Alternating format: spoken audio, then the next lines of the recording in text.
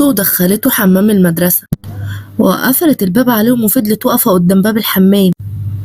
وبعدها خرج أستاذ رؤوف وهو بيمسح وشه. امسكي ال100 جنيه اللي اتفقت معاك عليها يا عفيف، وزي ما اتفقنا تنبهها على الواد ما يتكلمش ولا كلمة. هو انا ملطعة هنا مأمنة الدنيا، وفي الاخر تقولي خدي 100 جنيه بس، وكمان بتوصل. وهو ده اللي عندي، عاجبك ولا خدها وامشي. هو بعدين ده كلها نص ساعة يعني مش كتير. طب زود شوية، انا اللي بخاطر وبجيبهولك لحد عندك. خدي 100 جنيه تاني اهي، بس بعد كده ملكيش عندي غير 100 جنيه واحدة. فطمي الواد كده واغسلوله وشه يلا، مش هعرفك شغلك. يا واد انت ما تمشي كويس، هو ايه القرف ده؟ مس عفيف، والنبي ما تخلوش يعمل فيا كده تاني.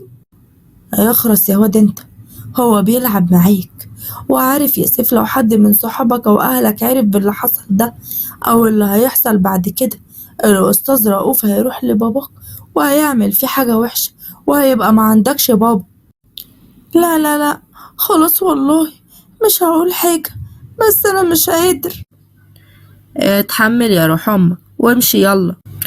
وبعد ما رجع الفصل كانت هدى خالته بتدور عليه. انت كنت فين يا سيف؟ انا هاخدك معايا واحنا مروحين عشان ماما عايزة تشوفك. انت عارف انها عندنا في البيت؟ انا مش عايز اشوفها عشان هي سايباني لوحدي ومش عايزاني معاها. لا، ازاي بقى الكلام ده؟ طيب والله هي قالت لي اخدك معايا واحنا مروحين. سابها سيف ومشي وهي بتتكلم. ماله الواد ده؟ وايه الكلام الكبير ده اللي هو بيقوله؟ وفي البيت عند بابا سيف كان بابا قاعد وماسك التليفون. مالك يا سيف؟ ووشك اصفر كده ليه؟ انت تعبان يا حبيبي ولا ايه؟ في ايه؟ لا يا ابني، ده تلاقيه زعلان على امه انها مش موجودة في البيت. بقى بالذمة في واحدة يبقى عندها عيل صغير كده وتسيبه وتمشي وتروح على بيت اهلها؟ ارجوك يا ماما بلاش الكلام ده قدام الولد. وانا كنت ناوي ان هروح اجيبها النهارده.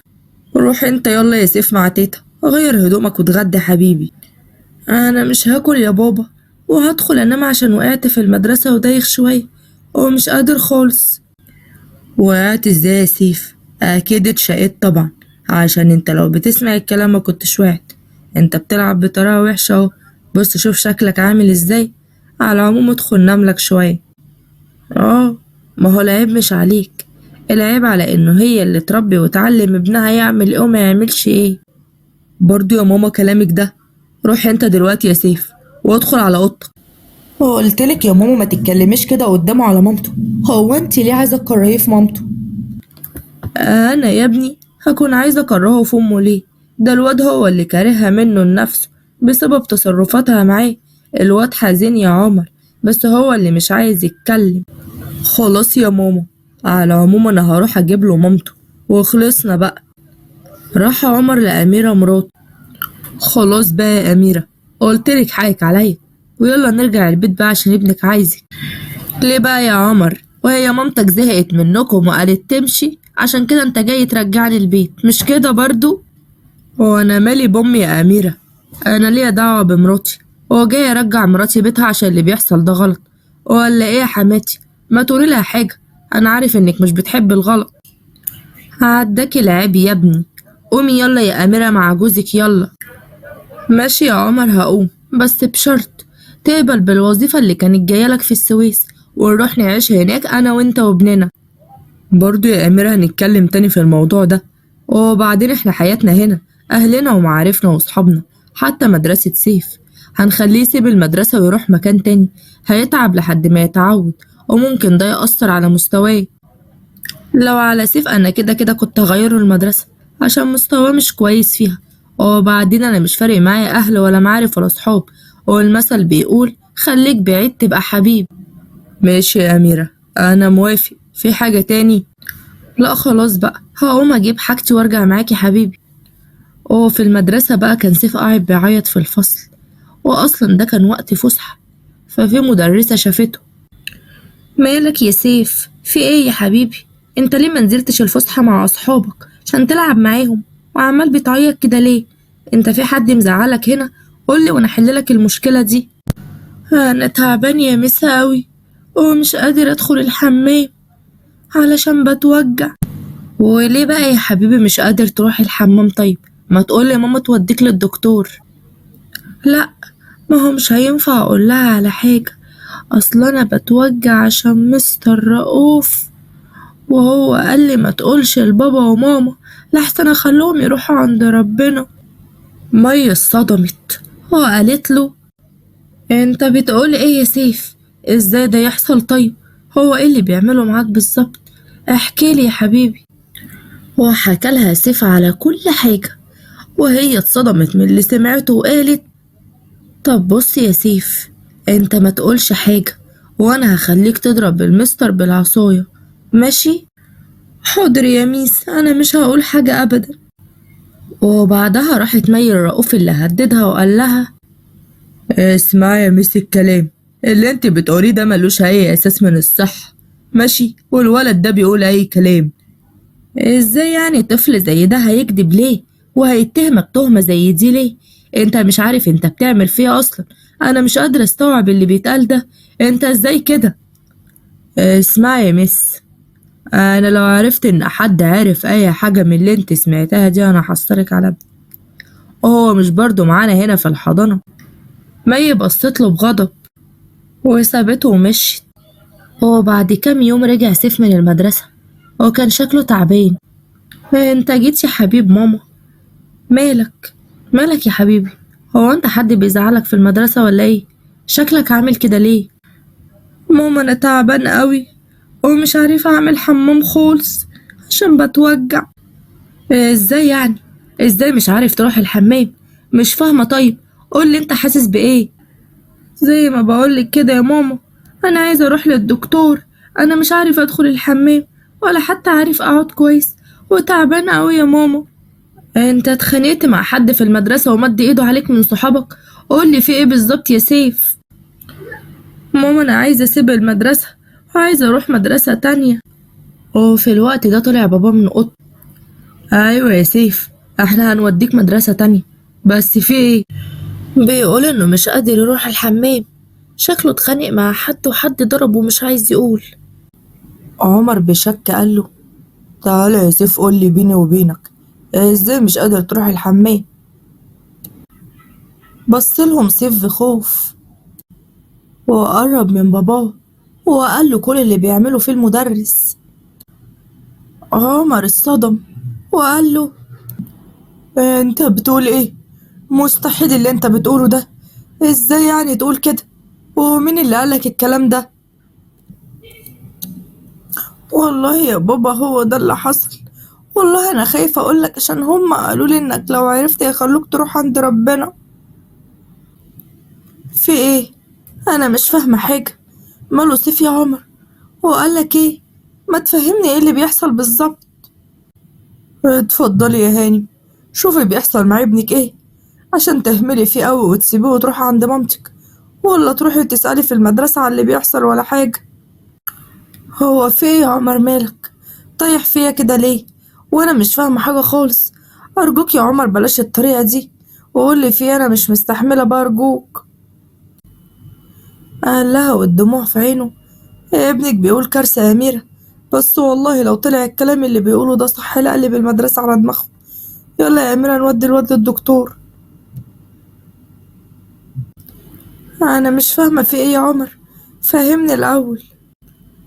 وحكى لها عمر عن كل حاجة وقال لها عشان كده مش عارف يروح الحمام. إيه؟ أنت بتقول إيه يا عمر؟ معقولة الكلام ده يا سيف؟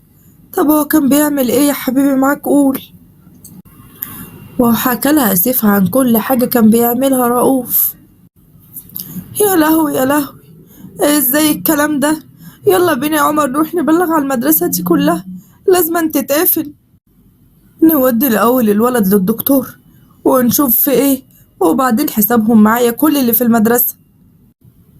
راحوا للدكتور والدكتور قال لهم فعلا انتوا ازاي في البيت ما خدتوش بالكم من حكاية زي دي؟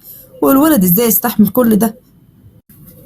والله يا دكتور يا ابني ما كانش بيتكلم ابدا في حاجة زي دي، الولد كان خايف لانه كان مهدده زي ما قال لنا كده. أنا لازم أعمل محضر دلوقتي حالا، وأنتوا تروحوا المدرسة وتشوفوا فيه بالظبط. كل واحد مسؤول هناك لازم يتعاقب. راحت أميرة وعمر المدرسة، وفضل عمر يزعق. المديرة جت وقالت لهم: في ايه يا جماعة؟ ممكن أعرف في ايه؟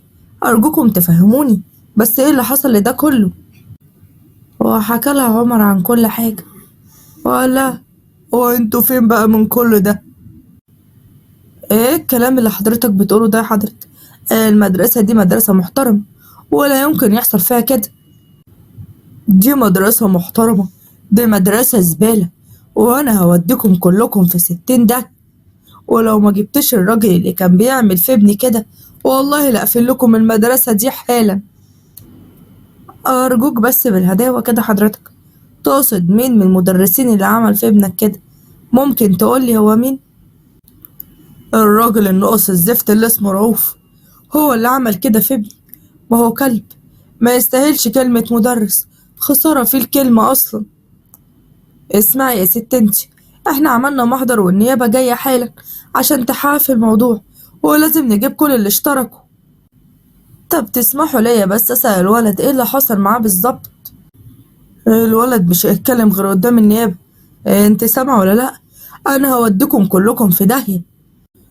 وطبعا عفاف كانت سمعت كل حاجة، واتصلت برؤوف وقال لها: بقولك ايه، أنا كده كده مش جاي المدرسة النهاردة، وياكي تفتحي بقك بكلمة. انت سامعة ولا لأ؟ يلا غوري من وشك هتتقرف. هو في يا رؤوف مالك؟ مش على بعضك كده ليه؟ وعمال تفرك وكنت بتزعق لمين من شوية في التليفون، وما نزلتش تروح شغلك ليه؟ والله جراية انت، هو تحيي ولا ايه؟ بقولك يا ولية، انا مش ناقص غوري من وش انت كمان. هو انت مش كنت نازلة لشغلك؟ يلا غوري. انت كده مفيش فايدة فيك ابدا، هتفضل طول عمرك عصبي كده ومحدش عارف يتكلم معاك. اعوذ بالله منك، انا رايحة شغلي. ونزلت وسابته. وفي المدرسة بقى المديرة قالت الأمن: محدش يخرج أبدا من المدرسة لحد لما النيابة تيجي. قولي يا حبيبي، قولي ايه اللي كان بيحصل معاك بالظبط؟ أنا ابني مش هيتكلم غير قدام وكيل النيابة، ومش حضرتك اللي هتفتحي معاه تحقيق. سيب الولد أرجوكي. لو سمحت يا أستاذ عمر، أنا مقدرة اللي أنت فيه، بس خليني بس أسأل الولد عشان أعرف هل كان في حد ليه يد تاني في المدرسة ولا لأ. أنا كنت ببقى موجود في الفصل، ومس عفاف كانت بتيجي تاخدني وتقول للمس في الفصل إن خالته عايزاني، وتنزلني الحمام وتقفل عليا، وبعدين تغسلي وتقولي ما تقولش لحد لحسن بابا وماما يموتوا. يا نهار اسود ومنيل، هو دي تطلع مين دي كمان؟ وهي فين بقى؟ هي فين عفاف؟ حد ينادي عليها. وجت عفاف خايفة وقالت: والله يا أستاذ أنا ماليش ذنب، ده هو الأستاذ رؤوف اللي كان بيقولي، أنا كنت بنفذ وبس، لكن معرفش حاجة. أميرة انهارت، وقامت مسكت فيها وقالت لها: يا بنت الكلب، والله لو اوريكي ربنا ينتقم منك انت والكلب، انتوا الأقدام شوية فيكوا. اهدي يا مدام أرجوكي، أنا هعرف أتصرف، اللي زي دي لا يمكن تكمل في المدرسة هنا. تكمل إيه؟ دي لازم تاخد إعدام في مكان عام، هي والكلب اللي عمل كده في ابني. أصلا المدرسة دي زبالة عشان تشغلوا فيها ناس بالشكل ده. هو انتوا لسه شفتوا فضايح ولا شفت حاجة؟ ده لسه الفضايح جاية يا أستاذة. وفعلا الحكومة جت المدرسة، والدنيا اتقلبت، وراحت الحكومة وقبضت على رؤوف، وبكده تبقى خلصت قصتنا. هو الهدف من القصة ان احنا دايما بتبقى في مشاكل في حياتنا، وبسبب المشاكل دي بنبقى مشغولين عن ولادنا، هو ده مش صح. لازم يكون ولادنا اول حاجة في حياتنا، ويكون دايما اول ما يرجعوا من المدرسة نسأله، ونسأل دايما ايه اللي حصل في يومهم. ويلا ربنا يحفظ اولادنا جميعا، واستنوني القصة الجاية.